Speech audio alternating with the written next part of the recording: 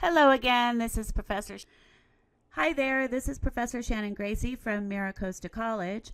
We are working from the Larson and Edwards Calculus text. If you're interested in downloading the guided notebook I'm using for free, you can find it on my website at www.mathchick.net, mathchick.net.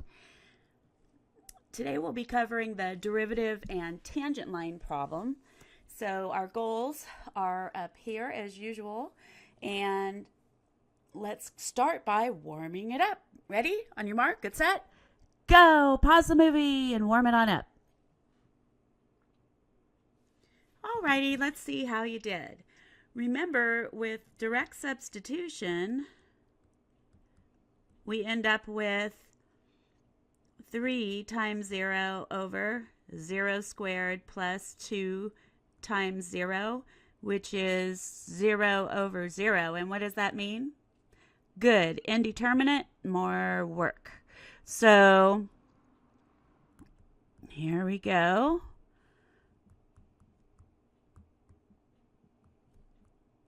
What's the sort of work that we can be doing? Good. We can use algebra to rewrite this as an expression that agrees at all but one point, and then use direct substitution again. So let's see how you did.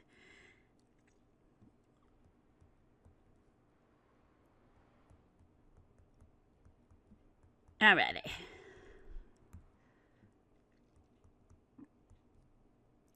So can't do much with the numerator, but we can factor out an x from the denominator, and we get x times quantity x plus 2.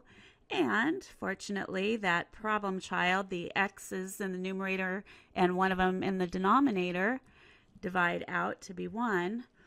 So now using direct substitution again, we will have 3 over 0 plus 2.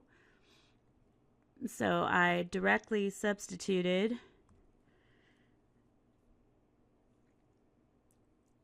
x is 0 into this x here, and we get, good, we end up with 3/2. How are we doing so far? Awesome! I knew you could do it. Okay, next up, hopefully you saw that with direct substitution on this one, you also got a result of 0 over 0.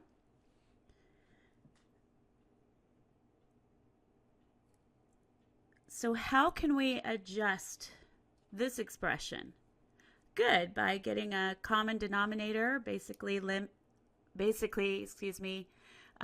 simplifying this rational expression. So to do so, we would multiply. Good. This one here would be multiplied by 4 over 4, and then this guy would be by x plus 4 over x plus 4. And we will have the limit as x approaches 0 of 4 minus quantity x plus 4 over 4 times x plus 4. And then I'm going to, instead of dividing by x, I'm going to multiply by 1 over x. And what do we get now? Awesome. We'll have the limit as x approaches 0 of negative x over 4 times x plus 4 times 1 over x. And fortunately, again, those x's divide out. And we'll be left with the limit as x approaches 0 of negative 1 over x plus 4. And, oops, sorry, we still have that 4 being multiplied. And then using direct substitution, we'll have negative 1 over 4 times 0 plus 4. So again, I just directly substituted a 0 in where the x is. And at the end of the day, we'll get negative 1/16. How'd we do on that guy? I think I gave you that problem before in an earlier section. So if you've been following along with these videos, hopefully you're really good to go on that one. Okay, so here we are now. What do we have going on here? Good. Delta x, remember you treat that as a single variable. It means change in x. So the change in x is approaching 0. And if we use direct substitution, do you see that we'll just get x cubed minus x cubed over delta x, which would give us a result directly substituting of 0 over 0. So I'll just put a note over here. With direct substitution, we got 0 over 0. And now there's a couple ways you can go about this. If you want to expand out the binomial sum that's being cubed, you can certainly do so. I think one of the most elegant ways might be to use the difference of cubes formula. So if you recall, a difference of cubes, a cubed minus b cubed is equivalent to a minus b times a squared plus ab plus b squared. And our a is going to be x plus delta x, and b is just going to be x. Ready? Let's do it. So this will be the equivalent of the limit as delta x approaches 0 of. So our a, remember, was x plus delta x, and our b is just x. And then we'll have x plus delta x, the quantity squared, plus x plus delta x times x plus x squared. And that's all over delta x. So this here is just sort of a side note for our formula. And now we will have the limit as delta x approaches 0 of. Well, the x's will zero out in the first expression, so we'll have delta x times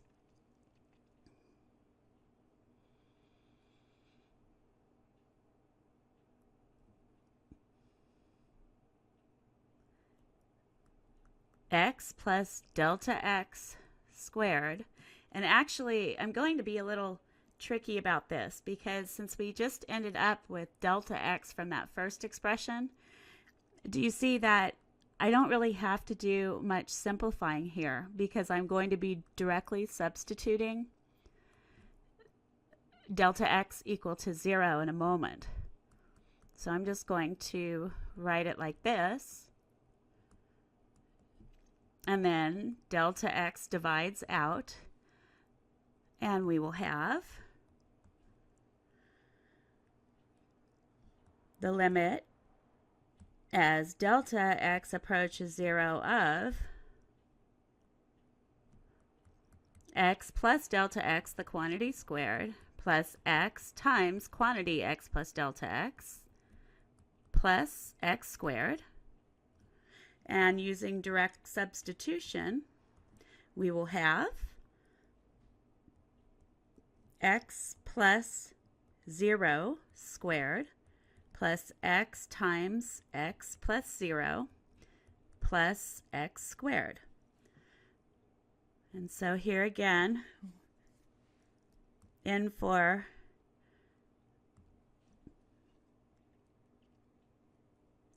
delta x, we're putting zeros, and we will end up with x squared plus x squared plus x squared, which is 3x squared. How'd you do on that one? Awesome. So here's the really super awesome thing. What we just found here was actually the derivative of f of x equal to x cubed. So this happens to also be equivalent to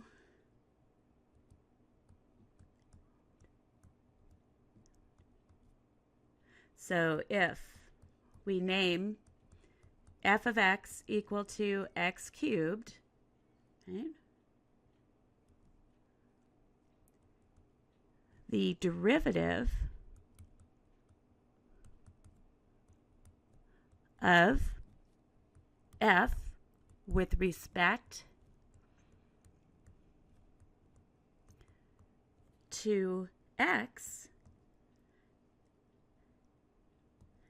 denoted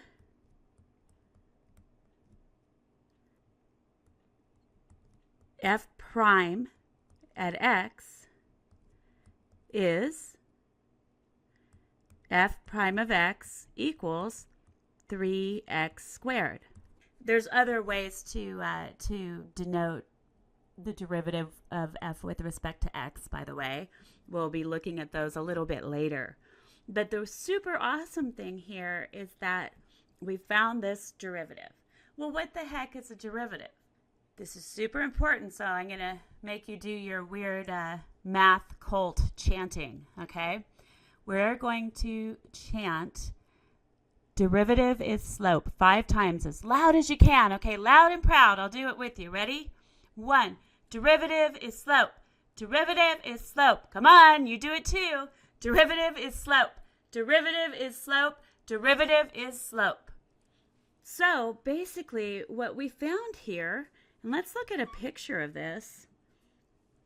What we found here is that is this function f of x equal to x cubed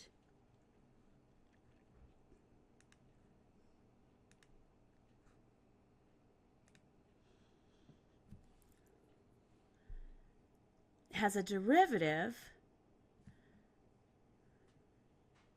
and actually I'll show you how to enter in the command for the derivative. So what we do here is we're going to go to math, and then we go down to number 8, which is in derivative, or in deriv.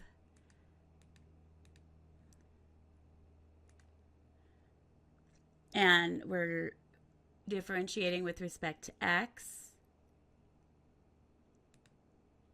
And we're using y1. So you can go to vars, yvars, function y1. And we want this for x equal to x, all values of x for right now. So let's have a normal zoom. There's your f of x equals x cubed, and look at that. Those are the graphs of all the possible slopes of x cubed. So let's do this. Let's take a picture.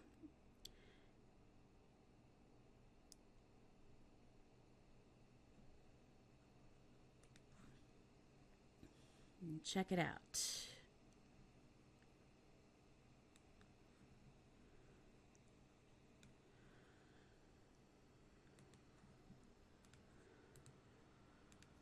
All right.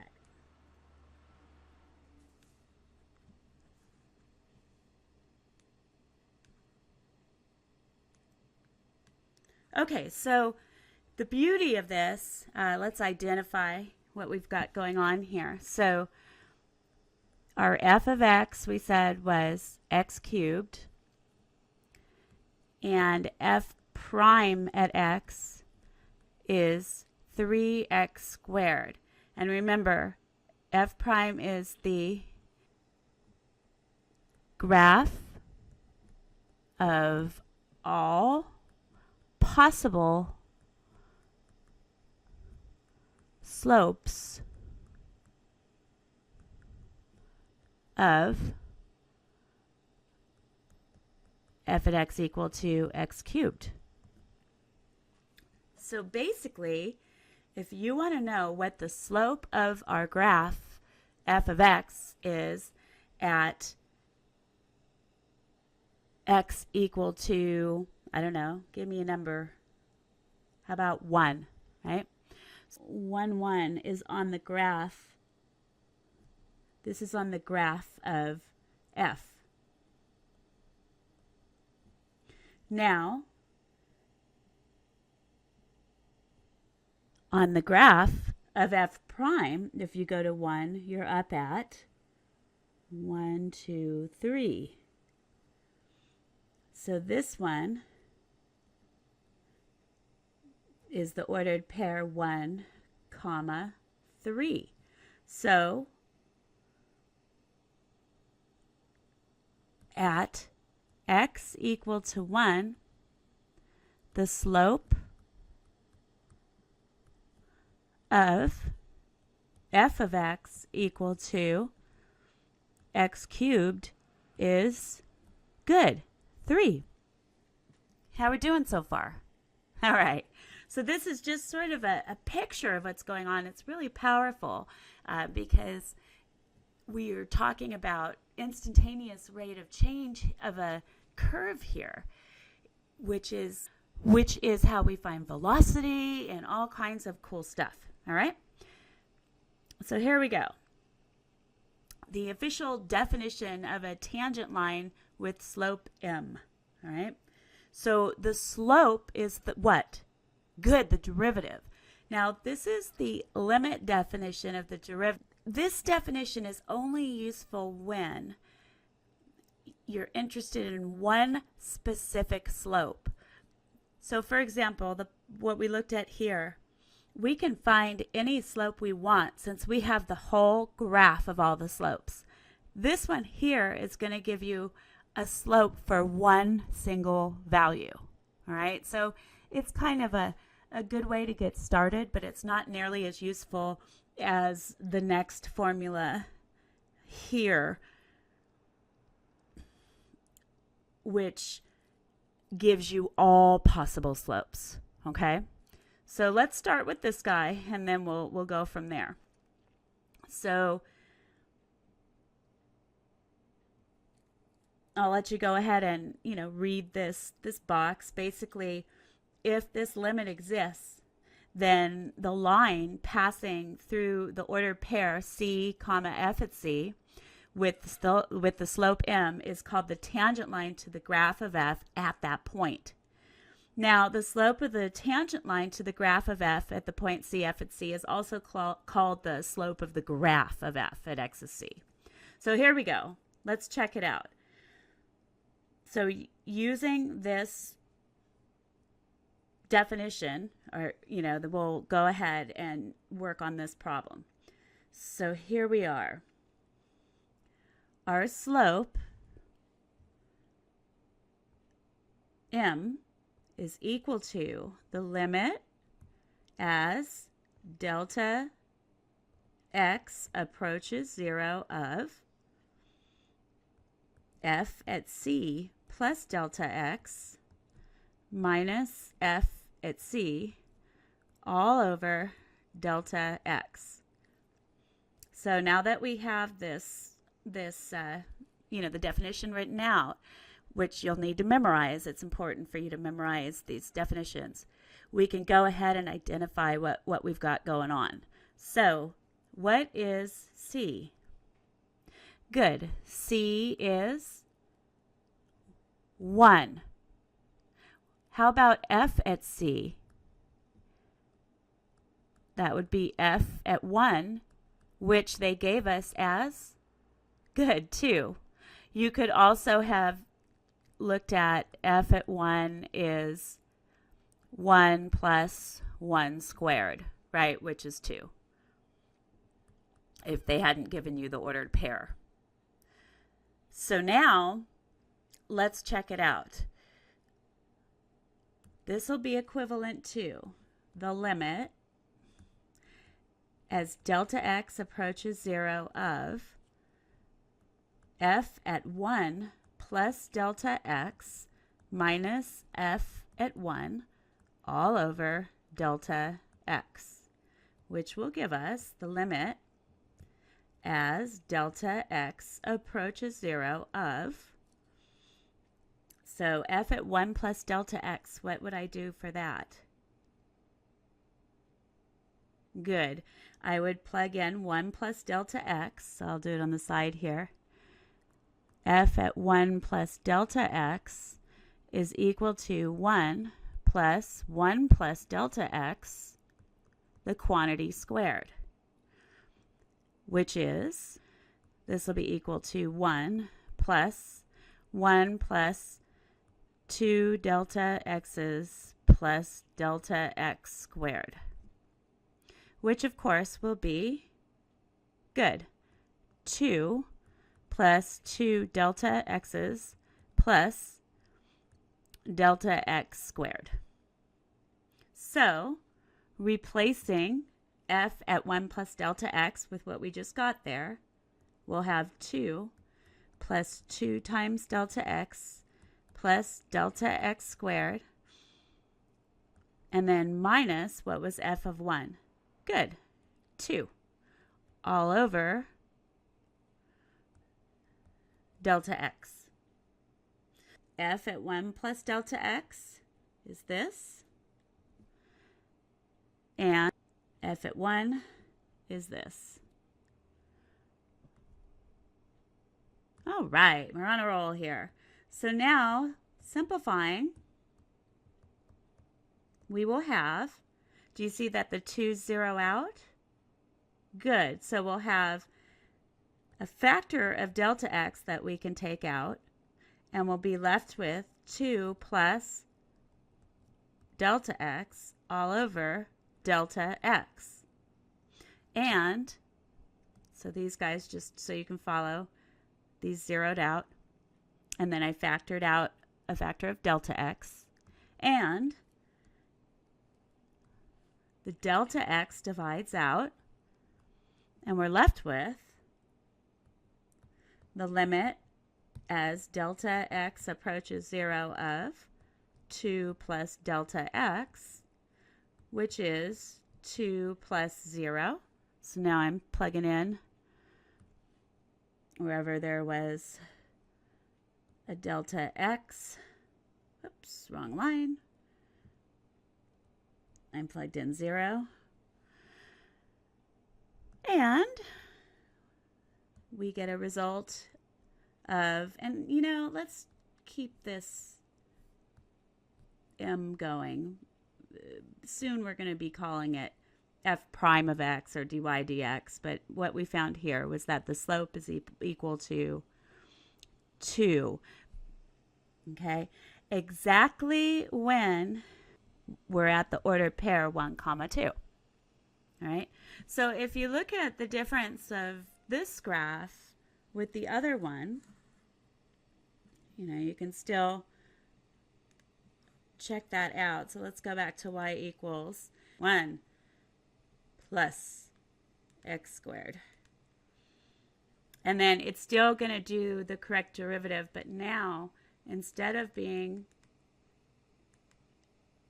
at x equal to x, we're going to put at x equal to 1. And let's see what the graph looks like. There's 1 plus x squared. And check that out. Do you see that it's only a horizontal line? So we did find out some useful information. We found out what?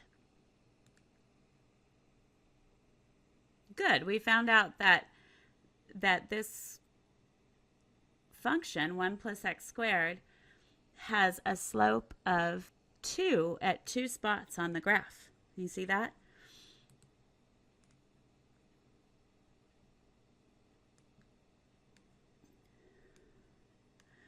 At 2 spots on the graph. The area of interest for us was at the ordered pair 1, 2, and it also, where else does it have a slope of 2? Good, it has a slope of 2 at negative 1, 2 as well.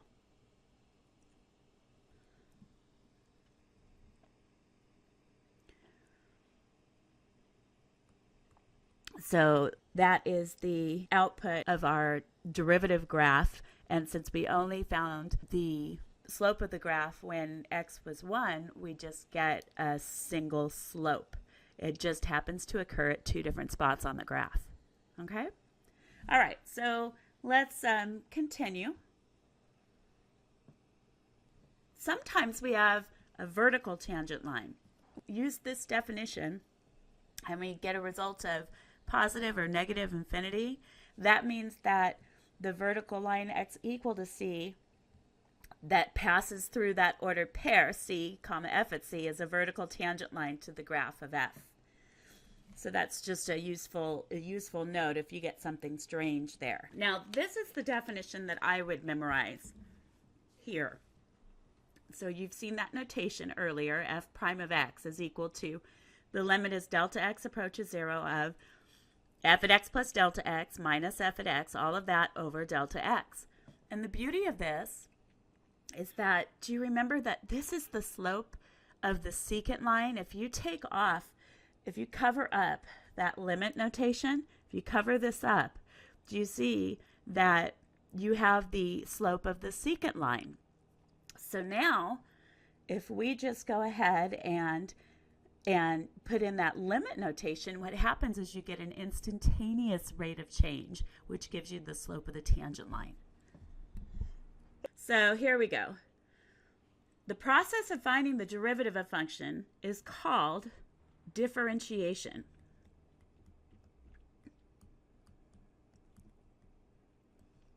And a function is considered to be differentiable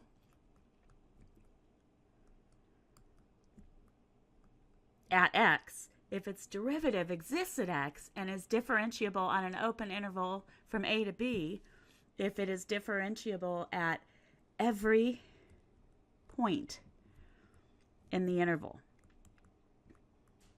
So some notation here for the derivative of y equal to f at x. I'll give you the most common ones that our author uses first. F prime at x, y prime, dy dx. This all means the derivative of y equal f at x with respect to x. We'll use this a lot when we're learning different derivative rules.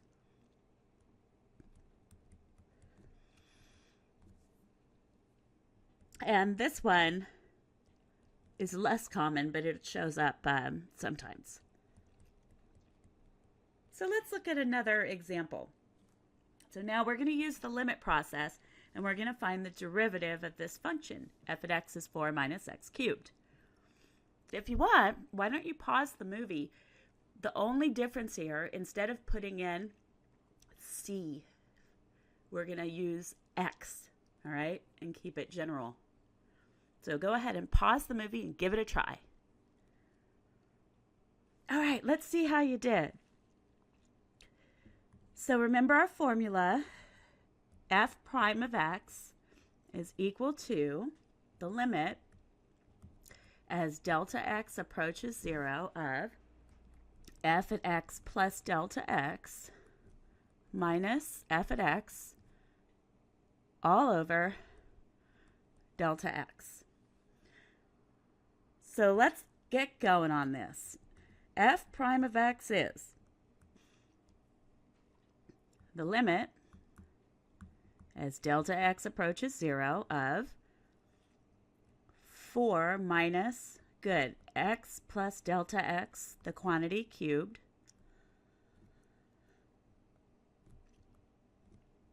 minus f of x, which is just 4 minus x cubed,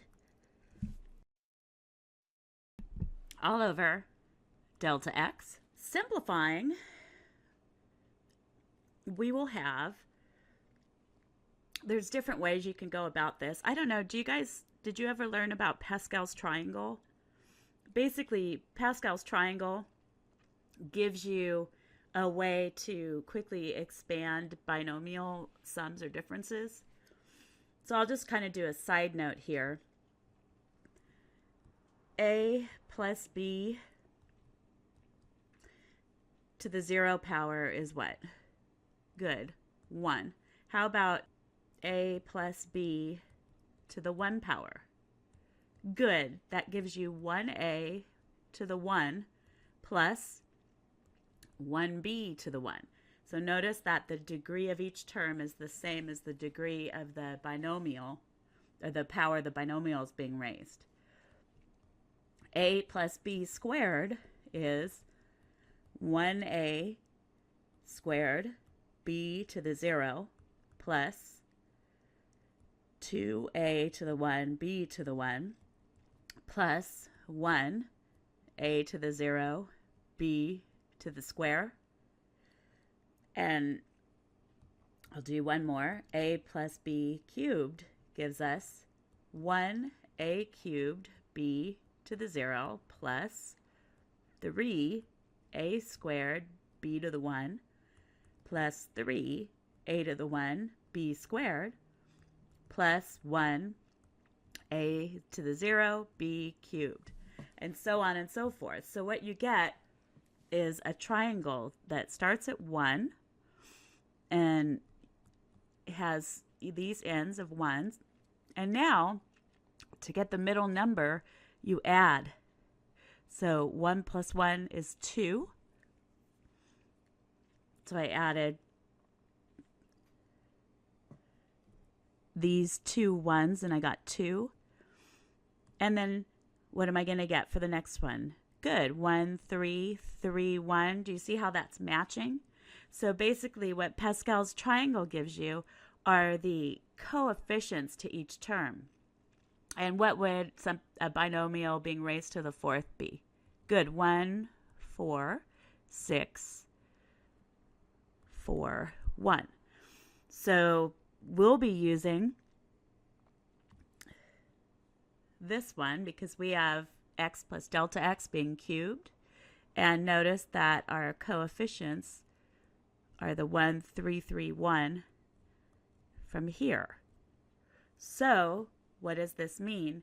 This means that x plus delta x, the quantity cubed, will be equal to, our a is x, so we'll have 1 times x cubed times delta x to the 0 plus, good, 3 x squared times delta x to the 1 plus 3 times x to the 1 times delta x squared plus 1 times x to the 0 times delta x cubed, which will give us x cubed plus 3x squared delta x plus 3x delta x squared plus delta x cubed. And when you get, really good at this, it goes very fast. You're probably thinking, gosh, that's a lot of work. But that's just showing you where it all came from. All right, so I'm going to go ahead and continue on this, and we'll expand that guy out.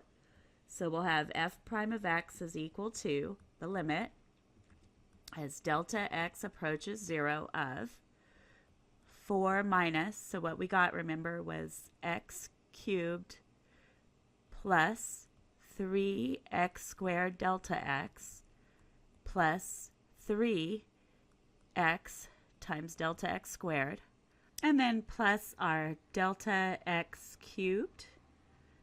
And then distributing the minus, we'll have minus 4 plus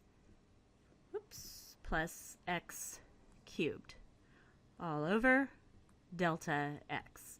So the 4's, as you see, zero out, and this one will be a negative x cubed plus x cubed, so that's going to zero out as well. And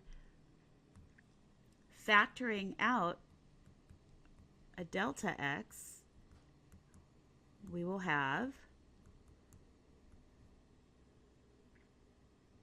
I'll just keep that negative out there, and we will have 3x squared plus 3x times delta x plus delta x squared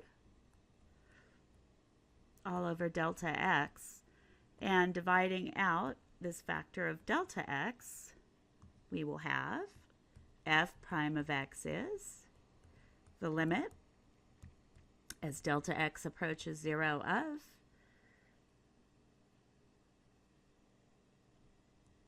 negative 3x squared minus 3x times delta x minus delta x squared.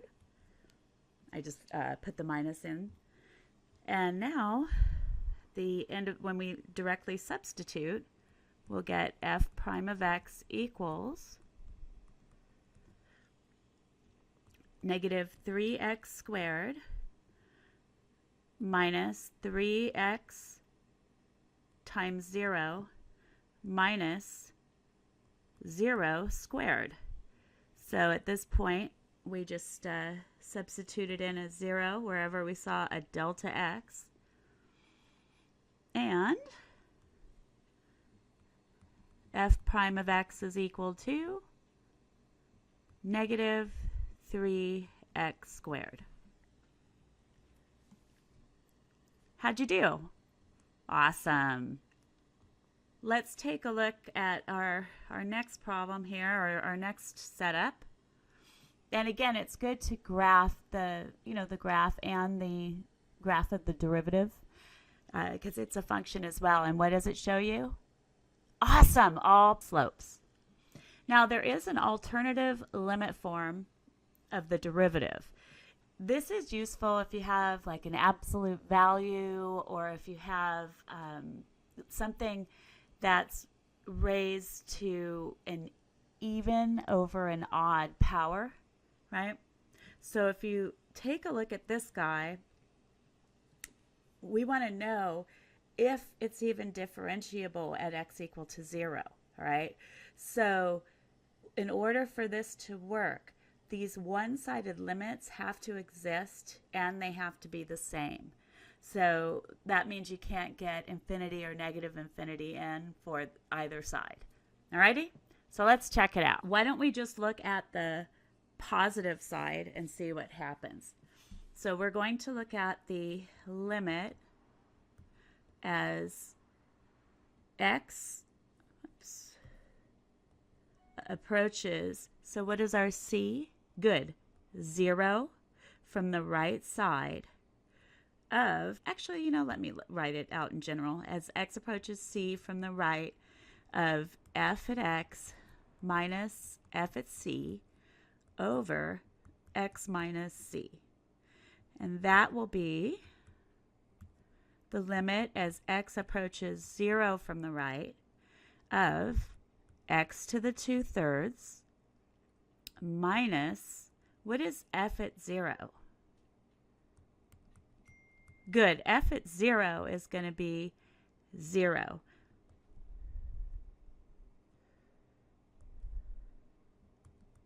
So let's see what we have. We'll get the limit as x approaches 0 from the right of x to the 2/3 minus 0 over x, which gives us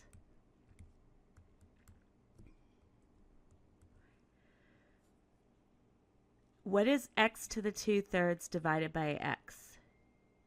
Good, it's x to the negative 1/3, isn't it? Which we could write as 1 over x to the positive 1/3. Now, what is happening as we're approaching 0 from the right side? Good, we're going to be approaching infinity. Do you guys see that?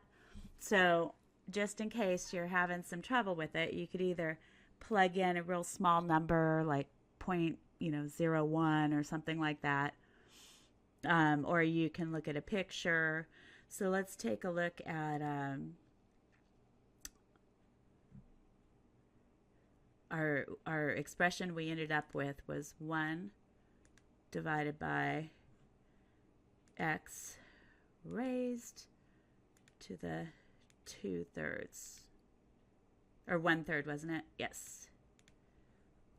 1/3.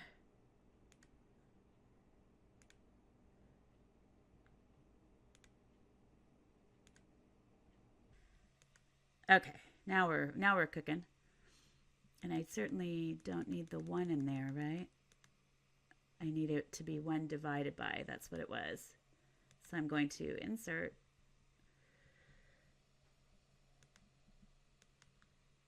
There we go. Perfect. And then this guy will clear out. And let's graph. And remember, this is the limit that we were finding, right? The limit we were finding. So sometimes, a graph isn't really illuminating here. If we go ahead and if we look at a table, so let's do the table start. We can just do at 0, right? Because they're coming from the right of 0. And then the change in the table, why don't we have be 0, 0, 1? It would be even more obvious. You see how it's at 10 right here? So let's go ahead and copy our table.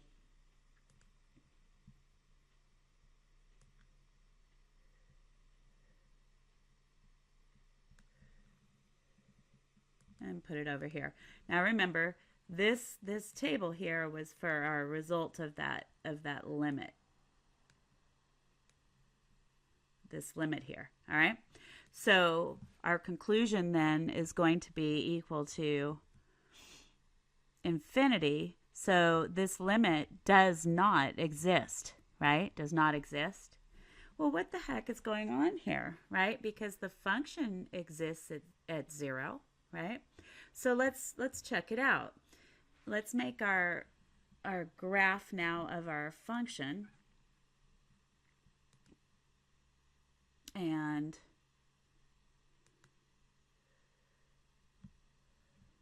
just go delete, and then this ends up being 2/3, right? And we'll graph. And look at that. It's got a bounce there, actually called a cusp. So if we zoom in,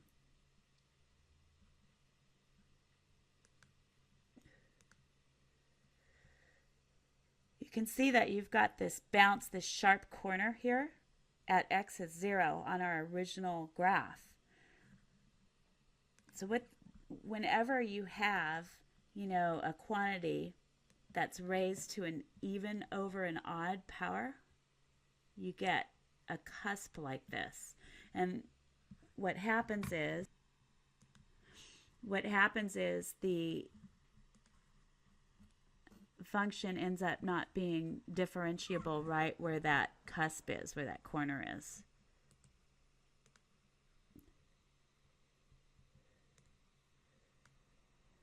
And you just need to kind of get used to those. This table related to this limit, okay? And this here is f at x equals to x to the 2/3, right? And what we have at 0, this is a cusp, right? And whenever there's a cusp, there's not a gentle change, right? So where you can go from being negative, a negative slope to 0 to a positive slope. There's just this instantaneous change where you go from negative to positive, which means that our function is not differentiable there. So f is not differentiable at x equal to 0. Okay? All right. And then lastly, we have a theorem that's important. Differentiability implies continuity, but it does not go the other way. And this is a perfect example. This function here is continuous at x equals 0, but it's not differentiable at x equals 0. So differentiability implies continuity, not the other way around. All right, so that's it for today. Have a fabulous rest of your day. Bye.